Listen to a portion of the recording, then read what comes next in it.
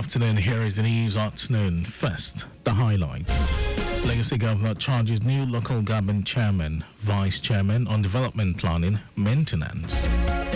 Federal government carries out nationwide crackdown on illegal mining. On the front in Ukraine's President Volodymyr Zelensky opposes United States President hint at territorial concession to end war. And in sport, Rivers United Football Club emerges highest-ranked Nigerian club in latest Confederation of African Football Club ranking. And now the details. I am Mike James.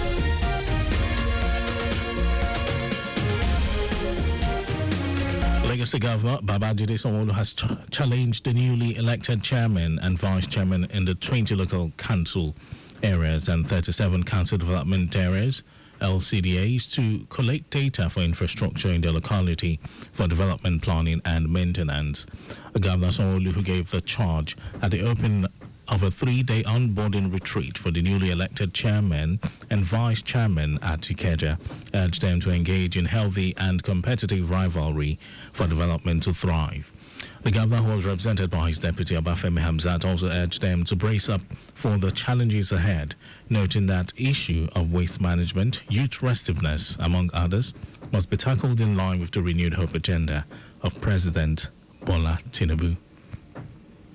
Commissioner for Local Government, Chieftaincy Affairs and Rural Development, Bolaji Robert, said the theme of the retreat, driving grassroots development through strategic governance, was to prepare the participant for efficient and impactful grassroots governance. In a vote of assurance, the chairman of Conference 57, Sheson Oluwa, who is the chairman of Ibeju-Lekki LCDA, maintained that his colleagues are battle-ready to bring development to the grassroots with a promise not to disappoint the people of Lagos. In its drive to foster financial responsibility and promote youth empowerment, the Lagos State Government, through the Ministry of Finance, has organized a capacity building program themed Financial Literacy and Management for members of the National Youth Council of Nigeria, NYCN Lagos chapter. The training at Alausa is part of the state's government's ongoing efforts to engage young Lagosians and equip them with the knowledge necessary for effective financial planning and national development. Declaring the program open, Permanent Secretary, Lagos State Ministry of Finance, Mahmood Tajuddin Alao, emphasized the importance of financial literacy among young people. He noted that the initiative reflects the Lagos State Government's strategic youth development, financial education, and inclusive governance. Alao said, given the evolving financial challenges and rising public expectations, young people must acquire a sound understanding of public sector financial management, budgeting, taxation, and other key fiscal responsibilities. In his vote of thanks, Vice Chairman of the National Youth Council of Nigeria, Lagos Chapter, Asur Abdul Kadri, commended the Lagos State Government and the Ministry of Finance for their foresight and dedication to youth capacity development, urging youths to take the lessons learned seriously and apply them not just in their finances, but in advocating for transparency, accountability, and responsible leadership across all levels of society.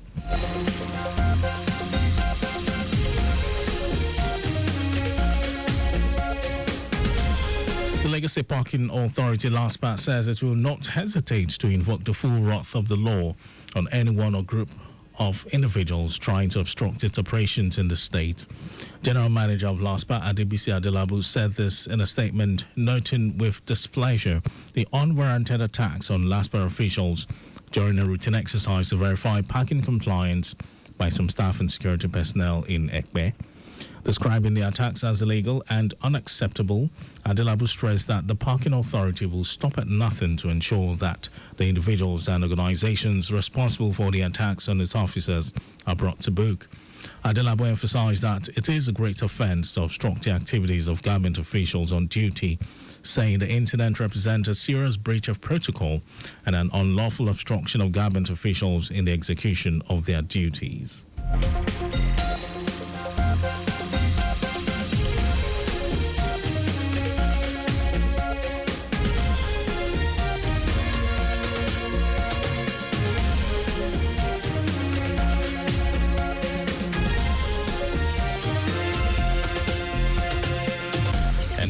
to the rest of the stories.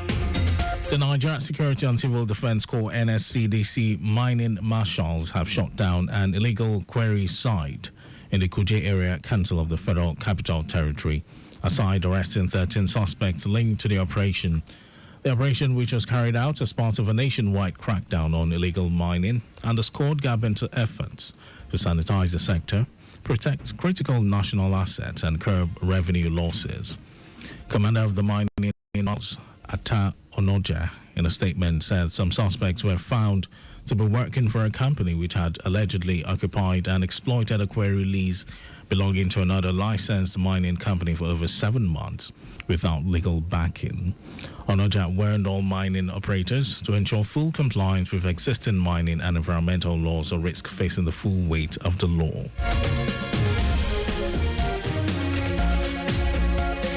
Governor of Ondo State, Lucky Aiyedatiwa, has approved the constitution of a committee on circular economy, chain policy and road development to enhance environmental sustainability and climate resilience, while emphasizing the administration's dedication to fostering a green, sustainable and economically vibrant future for the state.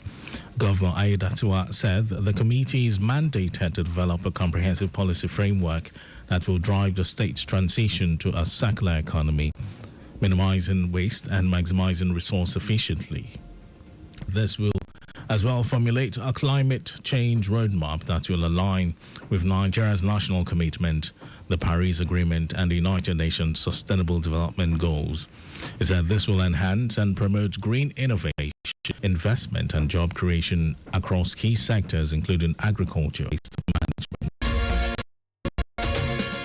And in foreign news, Ukrainian President Volodymyr Zelensky has reaffirmed his assertion that Ukraine will not give up land. United States President Donald Trump hinted at territorial concessions to end the war. Zelensky said this during a meeting with President Sergio Manuel.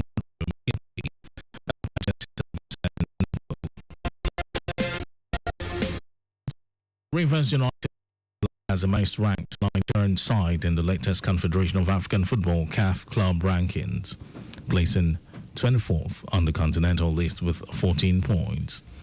The Port Harcourt-based club has established itself as Nigeria's most consistent representative in CAF competitions in recent seasons.